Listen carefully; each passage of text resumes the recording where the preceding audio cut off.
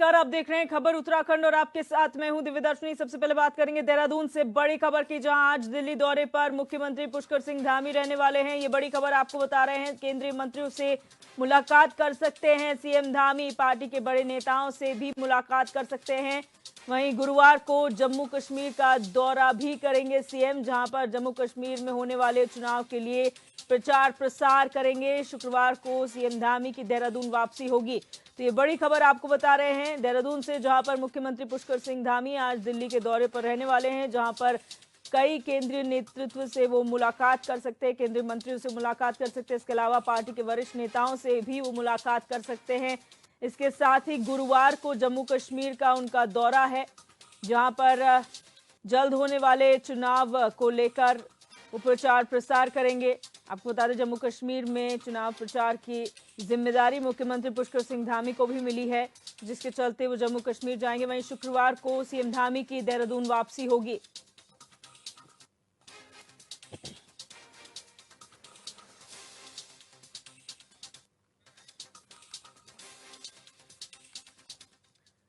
और हमारे संवाददाता अरुण सैनी हमारे साथ लाइव जुड़ चुके हैं इसी खबर पर। अरुण, जानकारी चाहेंगे, आज दिल्ली के दौरे पर रहने वाले हैं मुख्यमंत्री, क्या कुछ कार्यक्रम दिल्ली में प्रस्तावित हैं उनके?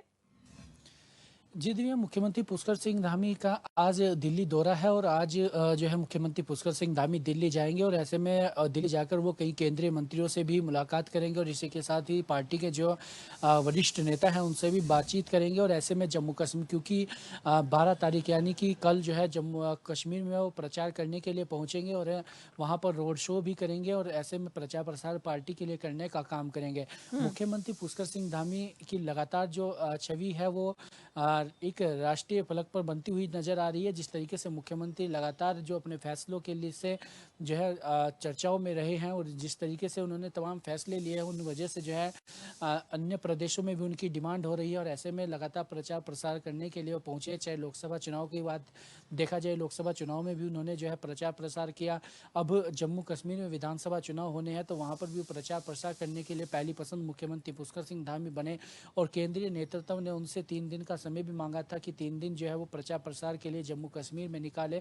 तो ऐसे में इसी के चलते जो है कल वो जम्मू कश्मीर पहुंचेंगे और आज वो दिल्ली पहुंच रहे हैं। ऐसे में प्रचार प्रसार किस तरीके से होना है, क्या कुछ चीज़ें रहनी है जम्मू कश्मीर में, किस तरीके से जो है भारतीय जनता पार्टी के प्रति लोगों की रुझान है, उन सभी को लेकर केंद्रीय नेताओं से बातचीत भी करेंगे। और उसके बाद कल जो है वो प्रचार प्रसार करने का काम भी जो है जम्मू कश्मीर में करेंगे। और इसी के साथ शुक्रवार को जो है मुख्यमंत्री पुष्कर सिंह धामी फिर पुनः जो है देहरादून वापसी करेंगे। तो ऐसे में लगातार जो है डिमांड मुख्यमंत्री पुष्कर सिंह धामी की जो है केंद्रीय नेतृत्व की पहली पसंद वो बनते जा रहे हैं और लगातार चाहे जो उन्होंने फैसले लिए, चाहे यूसीसी हो, यूसीसी प्रदेश में लाया गया, हालांकि यूसीसी अभी पूर्णतया लागू नहीं हुआ है, माना जा रहा है कि 9 नवंबर को जो है लागू होगा, लेकिन नकल विरोधी कानून, धर्मांतरण कानून, ये तमाम जो चीज़ें मुख्यमंत्री पुष्कर सिंह धामी कानून लेकर आए हैं, जिस तरीके के फैसले जो उन्होंने लिए हैं उससे उनकी जो छवि है वो लगातार वो एक राष्ट्रीय नेता की बनती हुई दिखाई दे रही है। जिस तरीके से अन्य प्रदेशों में भी उन्हें लगातार उनकी डिमांड हो रही है। करीब 100 से अधिक जनसभाएं और रैलियां जो है मुख्यमंत्री पुष्कर सिंह धामी ने लोकसभा चुनाव में अन्य प्रदेशों में की, तो वहीं 100 से अधिक रैलियां जो है और 150 उत्तराखंड में उन्होंने किए थे। तो अब जो है जम्मू कश्मीर में हो जाएंगे और जम्मू कश्मीर में प्रचार प्रसार करने का काम पार्टी के लिए मुख्यमंत्री पुष्कर सिंह धामी करेंगे। और ऐसे में वहाँ पर जो भारतीय जनता पार्टी की जो नीतियाँ हैं, जो भारतीय जनता पार्टी आगे जम्मू कश्मीर में कार्य करने वाली है, जो घोषणा पत्र है, उसके बारे में वहाँ पर लोगों के बीच में जाएंगे, बातचीत अपनी रखेंगे। और इसी के साथ साथ जो उन्होंने फैसले लिए हैं उत्तराखंड में, इस तरीके के उन फैसलों को लेकर भी जिस तरीके से मुख्यमंत्री अपनी जनसभाओं और रोड शो में जो है उनका जिक्र करते हुए दिखाई देते हैं, तो इस तरीके के फैसले भी जो है वो मुख्यमंत्री पुष्कर सिंह धामी जम्मू कश्मीर में जाकर भी जो प्रचार प्रसार करेंगे उसमें भी इन चीज़ों को मुख्यमंत्री पुष्कर सिंह धामी जो है वहाँ पर रख सकते हैं।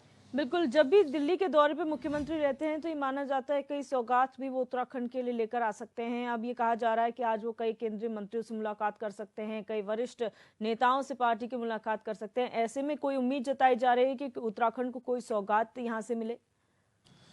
जी दिव्या, देखिए अभी ऐसा कुछ स्पष्ट नहीं है, लेकिन हालांकि मुख्यमंत्री पुष्कर सिंह धामी जब प्रधानमंत्री नरेंद्र मोदी से मुलाकात करते हैं तब तब कुछ बड़ी सौगात जो है उत्तराखंड के लिए लेकर आते हैं। ऐसे में केंद्रीय मंत्रियों से भी मुलाकात करेंगे और ऐसे में किन किन केंद्रीय मंत्रियों से मुलाकात वो करेंगे ये भी देखने वाली बात होगी। लेकिन ऐसे में मुख्यमंत्री पुष्कर सिंह धामी क्योंकि पर्यटन के लिहाज से क्या कुछ ऐसी बड़ी सौगात प्रदेश में लाते हैं वो जरूरी भी है। जिस तरीके से देखा गया मुख्यमंत्री पुष्कर सिंह धामी पर्यटन पर काफ़ी अधिक जो है फोकस कर रहे हैं, पर्यटन को किस तरीके से बढ़ावा मिले, क्योंकि उत्तराखंड की जो आर्थिकी की रीढ़ वो पर्यटन है।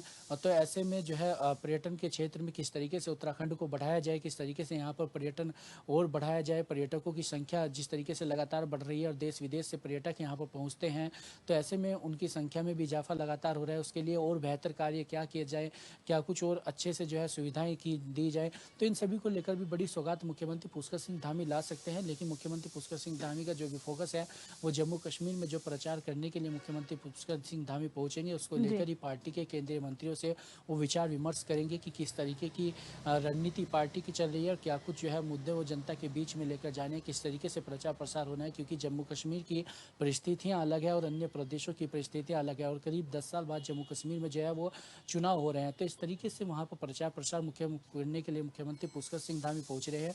तो इस तरीके किस तरीके से प्रचार प्रसार होना है, इन सभी को लेकर मुख्यमंत्री पुष्कर सिंह धामी आज दिल्ली में केंद्रीय मंत्रियों से भी मुलाकात करेंगे और चुनाव प्रचार को लेकर वहां की रणनीति भी जो है मुख्यमंत्री पुष्कर सिंह धामी जांचेंगे कि जम्मू कश्मीर में किस तरीके की रणनीति जो है पार्टी की है। जी, बहुत शुक्रिया अरुण हमारे साथ जुड़ने के लिए और तमाम जानकारी साझा करने के लिए। बढ़ते हैं आगे। सीएम पुष्कर सिंह धामी का कहना है कि उत्तराखंड के शांतिपूर्ण माहौल को बिगाड़ने वाले आपराधिक तत्वों के खिलाफ सख्त कार्रवाई की जाएगी। देवभूमि उत्तराखंड के लोग शांति प्रिय हैं। अगर आपराधिक प्रवृत्ति के लोग यहां आकर अशांति फैलाएंगे और कानून व्यवस्था बिगाड़ने की कोशिश करेंगे तो देवभूमि में इसे बिल्कुल भी बर्दाश्त नहीं किया जाएगा। ऐसे आपराधिक तत्वों को चिन्हित करने के लिए वृहद सत्यापन अभियान चलाया जा रहा है। कानून अपना काम करेगा और अपराधियों के साथ हम सख्ती से निपटेंगे। अध्यक्ष जी से निवेदन करूंगा। बहुत शांतिपूर्ण तरीके से चलने वाला राज्य है। सभी एक दूसरे के साथ बहुत भाईचारे के साथ रहते हैं और कोई भी अगर कानून को तोड़ेगा तो कानून उसके साथ सख्ती से काम करेगा। हाँ, लेकिन ये ज़रूर है कि कुछ लोग लव जिहाद और लैंड जिहाद को अपना एक सुनियोजित एम मानकर जो काम कर रहे हैं उनको उनके लिए निश्चित रूप से उनको समझ लेना चाहिए कि किसी भी कीमत पर हम यहाँ की अपनी बहन बेटियों को कहीं पर भी जो है ऐसा नहीं होने देंगे, उनके साथ धोखा नहीं होने देंगे और कोई भी करेगा तो कानूनी प्रक्रिया के तहत उस पर कठोर कार्रवाई होगी। प्रदेश में आगामी चुनाव के मद्देनजर मंगलवार को देहरादून कांग्रेस मुख्यालय में कांग्रेस प्रदेश सह प्रभारी सुरेंद्र शर्मा के नेतृत्व में समन्वय समिति की बैठक संपन्न हुई। इस बैठक में कांग्रेस के तमाम वरिष्ठ नेताओं के साथ आगामी कार्यक्रमों के लिए रणनीति बनाई गई। इस पर ज्यादा जानकारी देते हुए कांग्रेस प्रदेश अध्यक्ष करण मारा ने बताया कि बैठक में ये तय किया गया कि निकाय चुनाव में किस तरीके से पार्टी आगे जाएगी, जिस तरीके से चुनाव लड़ेंगे और किस तरीके से प्रभारियों का प्रबंधन करना है। उन्होंने कहा कि हरिद्वार में पंचायत चुनाव के दौरान जो हुआ उस तरीके की घटना की पुनरावृत्ति न हो, इसके लेकर भी बैठक में विस्तार से चर्चा की गई।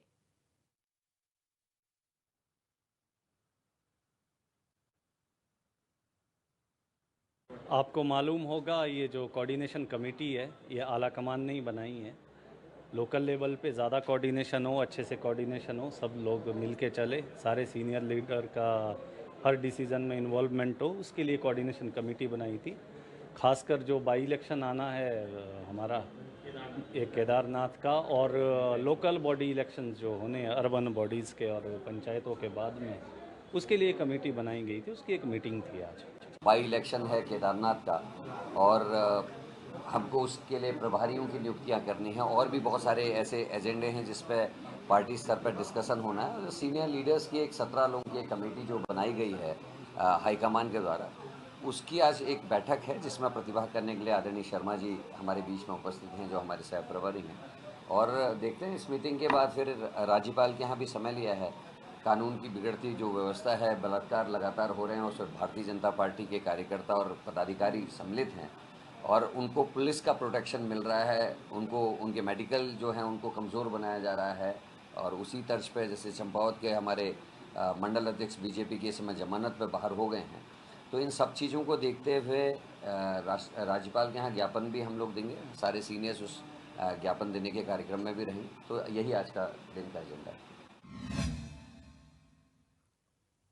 पिछले कुछ दिनों से जिस तरीके से शांतिपूर्ण प्रदेश माने जाने वाले उत्तराखंड में अपराधों की संख्या में बढ़ोतरी हुई है, उससे अब कानून व्यवस्था पर सवाल उठने लगे हैं। इसी बिगड़ती कानून व्यवस्था को लेकर कांग्रेस के वरिष्ठ नेताओं का प्रतिनिधिमंडल राज्यपाल से मुलाकात करने पहुंचा। वहीं कांग्रेस प्रदेश अध्यक्ष करण मारा ने बताया कि कांग्रेस के प्रतिनिधिमंडल ने राज्यपाल से मुलाकात कर बिगड़ती कानून व्यवस्था को लेकर चिंता व्यक्त की। उन्होंने बताया कि महिलाओं के अपराध में उत्तराखंड पहले नंबर पर आ गया है। ऐसे ही प्रदेश के कई मुद्दों को लेकर राज्यपाल से चर्चा की गई, जिसमें खासकर महिलाओं के ऊपर, जिसमें माननीय हरीश रावत जी, आदरणीय प्रीतम सिंह जी, हमारे सह प्रभारी साहब और विक्रम भाई और ज्योति रौतेला जी जो हमारी हैं महिला कांग्रेस के अध्यक्ष, यूथ कांग्रेस के अध्यक्ष, NHY के अध्यक्ष हरक सिंह जी, सभी वरिष्ठ जन वहाँ थे और बिगड़ती हुई कानून व्यवस्था को लेकर चिंता व्यक्त की गई, जिसमें खासकर महिलाओं के ऊपर जो अपराध बने हैं और हम पहले नंबर पर आए हैं। और उसमें एक जो पहलू सबसे मजबूत था वो ये है कि एक तो ISBT में जो घटना घटी और माइनर के साथ जो हो रहा है, साथ में चंपावत वाले घटना से कोई सबक सरकार ने नहीं लिया, मेरा ऐसा मानना है। एक कमज़ोर केस के चलते हुए मंडल अध्यक्ष जो है जमानत में बाहर हुए और सल्ट के केस में भी ये देखने को आया, जो माइनर के संग जो कुछ भी हुआ, जो आप लोगों ने दिखाया सुनाया, उसका मेडिकल 7वें दिन में हुआ। और जो मेडिकल टर्म्स को जानते हैं वो जानते हैं कि 7 दिन के बाद अगर किसी का मेडिकल होगा किसी बच्ची का, तो उसके क्या परिणाम आएंगे, क्या उसका मेडिकल रिपोर्ट्स कहेंगी, आप सब समझते हैं। तो उस बिना पर आज वो भी जो है जमानत पे बाहर आ गया है। तो ये संगठित अपराध है। अगर अंकिता के अपराधी को VIP को पकड़ लिया होता, कमरे को VIP ना बताया होता और सबूतों के संग छेड़छाड़ नहीं हुई होती, तो शायद आज कार्यकर्ताओं का और जो इनके जो संगठन के लोग हैं उनकी हिम्मत नहीं होती वो ऐसे अपराध करें। वहीं कांग्रेस के प्रदेश अध्यक्ष करण मारा ने प्रदेश अध्यक्ष की कमान संभालने के काफी समय बाद प्रदेश भर में कांग्रेस कार्यकारिणी का विस्तार किया। इस दौरान उन्होंने कई जिलों में नए जिला अध्यक्ष रखने के साथ साथ ही सचिव महासचिव के पद भी बांटे। वहीं कांग्रेस प्रदेश प्रभारी ने एक पत्र जारी कर करण मारा के बांटे गए सभी पदों को गलत बताते हुए निरस्त कर दिया। वहीं ये मामला सामने आने के बाद बीजेपी प्रदेश अध्यक्ष महेंद्र भट्ट ने कांग्रेस पर गुटबाजी का आरोप लगाया है। उन्होंने कहा कि कांग्रेस के अंदर जो गुटबाजी है उसका प्रमाण कांग्रेस प्रदेश प्रभारी ने दे दिया है।